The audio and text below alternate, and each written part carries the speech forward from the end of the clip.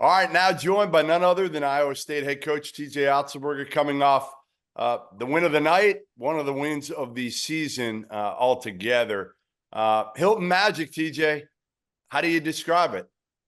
Yeah, no, it was awesome tonight. I mean, our fans, we had a blizzard here last night and into the morning, and you talk about an unbelievable fan base. Everybody's driving from long distances through the snow. Hilton Magic's about what happens in this building and the fans and the great support that we have and those that have come before us. But man, how about having fans that are going to drive through the blizzard? They're so passionate. They care so much. They gave us the energy we needed down the stretch, and we're so grateful to them. 14-0 to start the game. I know you were looking up at the scoreboard and you're like, all right, 14-0. I know they're coming back at some point. And they did. And I think the biggest thing with your team, which really hadn't had a resume win yet, was that they came back and you still were able to kind of grind out a win at the end against a team that we know about Houston's culture. Yeah, no, I mean, we have tremendous respect for their program and again, what they continue to accomplish each and every day.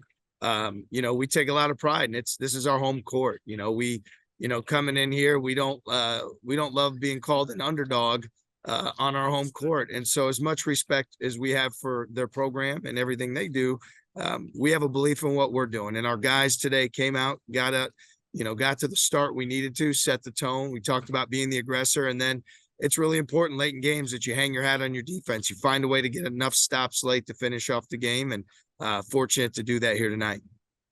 How important is it to have a point guard like Lipsy that you just trust? Like it's almost like he's a second coach on the team, right? Yeah, he never has a bad day. He never has a bad day. He's an elite winner, competitor. He's a physical player.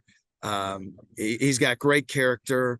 I mean, we're so fortunate to have a guy like that because of how he leads every single day. And look, I mean, that battle on the other side of the ball, they got a guy like that's a heck of a competitor at the point guard position too. And a lot of times on both of their drives, it felt more like a heavyweight fight sometimes than a basketball game. But again, as a coach, when you have a point guard that leads like he does and is a winner and does so many winning things, you just feel really fortunate.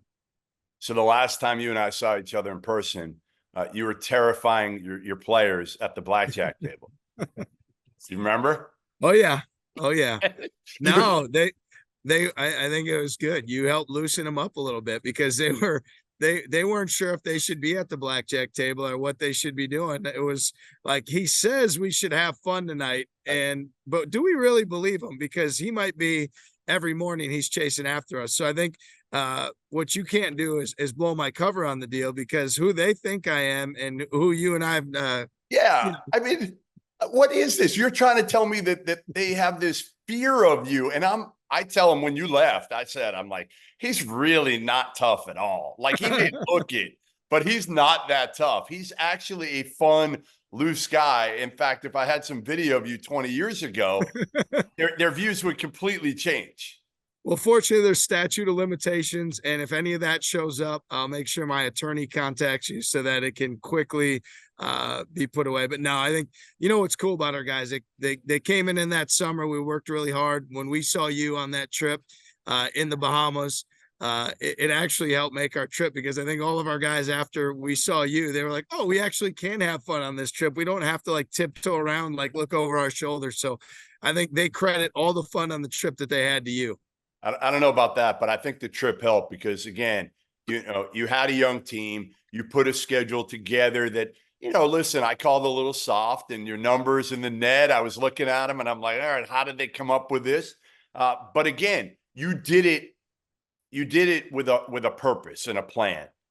Yeah, no, absolutely. I think for us, knowing we were going to be a little younger this year than we've been in the last 2 years, and guys, a lot of guys that are, coming to the Big 12 for the first time, whether it's the transfers, taking a step up, or even some of the freshmen, we knew there was going to be some challenges. And I think we needed to build confidence in our ability to win at home, in our ability to have those type of games and have those moments, and also see like rotations, depth, and everyone needs to do it. But I felt like we knew what was coming on the back end with the Big 12 schedule. Over time, the strength of schedule and all those things will sort itself out, because in this league, we're playing the best league in America. And, every night out, there's another heavyweight fight coming right at you. All right. Well, listen, we do toast of the night at the end of the show. but I'm going to do my toast to you right now, to Iowa State, to you. I know you're going to have one later, so I'm gonna toast to you right now. Man, I wish I was with you in Charleston, man. I wish I was there. Well, listen, I think you had a better night where you were. So congrats. Heck of a win, and we'll talk to you soon. Thanks a lot, buddy.